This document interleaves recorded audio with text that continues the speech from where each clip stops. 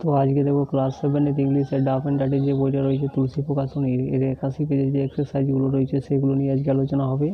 তো আজকে হচ্ছে 81 পেজের এই ডি থেকে যে এক্সারসাইজগুলো রয়েছে, rewrite the sentence using the adverbs given in the brackets.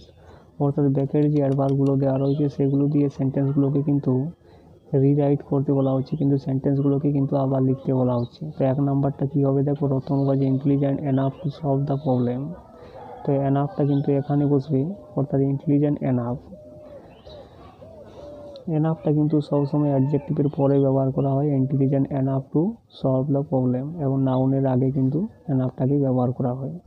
এরপরে দ্বিতীয় নাম্বার দেখো, দ্য বটল ইজ ফুল। তো কোয়াইটটা দেখো ফুলের আগে হবে, দ্য বটল ইজ কোয়াইট ফুল। এরপরে 3 নাম্বার দেখো, এখানে অলওয়েজ ব্যবহার করতে বলা হচ্ছে, তো ভার্বের আগে কিন্তু অলওয়েজটাকে ব্যবহার করা হয়। তাহলে my grandfather always forgets his keys.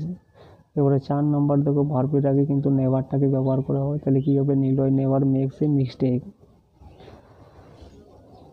5 number দেখো, দিস এক্সারসাইজ ইজি। এখানে টুটা কিন্তু এই অ্যাডজেক্টিভের আগে ব্যবহার করা হয়, this exercise is too easy. 6 number দেখো, he realize the mistake he made. সাডেনলিটা কিন্তু তোমরা প্রথম ব্যবহার করতে পারো, আবার লাস্টেও ব্যবহার করতে পারো, তাহলে কী হবে, he realize the mistake he made suddenly. 7 number দেখো, she has come in just. তো জাস্টটা এখানে ব্যবহার করা হয় ভার্বের আগে, he has just come in. এরপরে ভ্যারিটা ব্যবহার করা হয় অ্যাডজেক্টিভের আগে, তাহলে কী হবে দেখো, আই এম ভেরি সরি।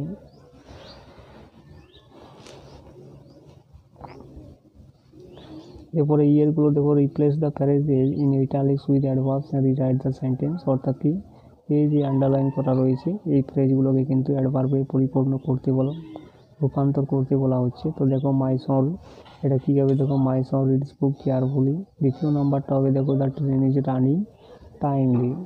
3 নাম্বারটা দেখো, king Samudragupta rule his country. তো দেখো, king Samudragupta rule his country wisely.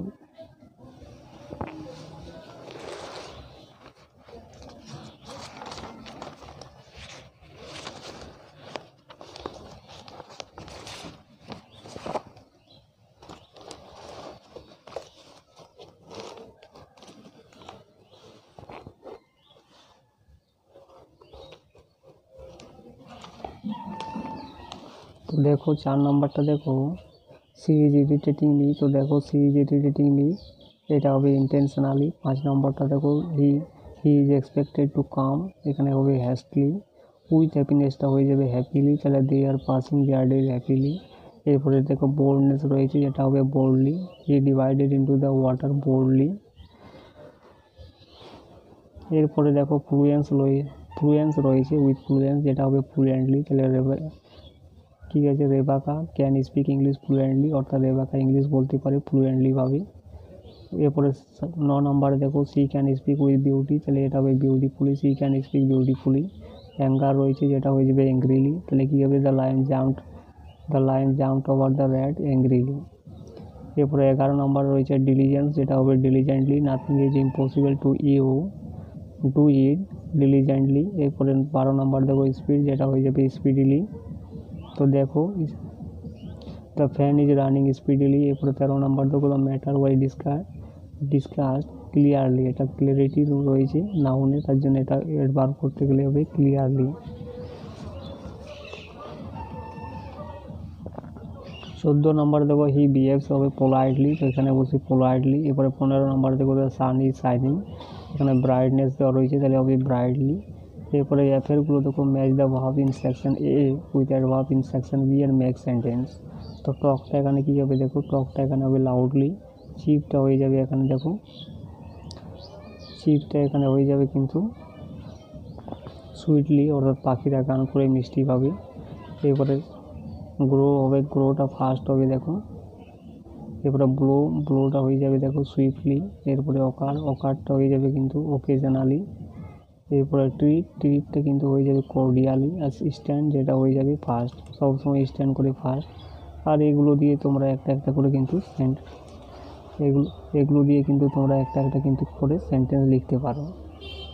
এরপরে জিএরগুলো দেখো, কারেক্ট দ্য এরর, এখানে এররগুলোকে কিন্তু কারেক্ট করতে বলা হচ্ছে। তো এক নাম্বারটা দেখো he reached in the afternoon there, তো দেখো এটা কী হবে, দেখো হি রিচড দেয়ার, ভার্বের পরেই কিন্তু এখানে দেয়ারটা বসবে, he reached there in the afternoon. এরপরে দেখো স্লোলিটা কিন্তু লাস্টে বসবে, তাহলে দে আর ওয়াকিং স্লোলি।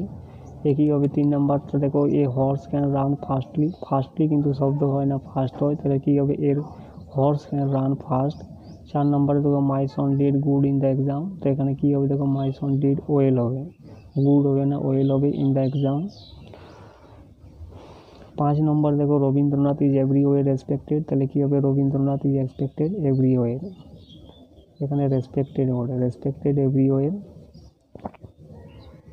6 নম্বর দেখো all the boys were loudly talking, তো লাউডলিটা কিন্তু লাস্টে হবে all the boys were talking loudly.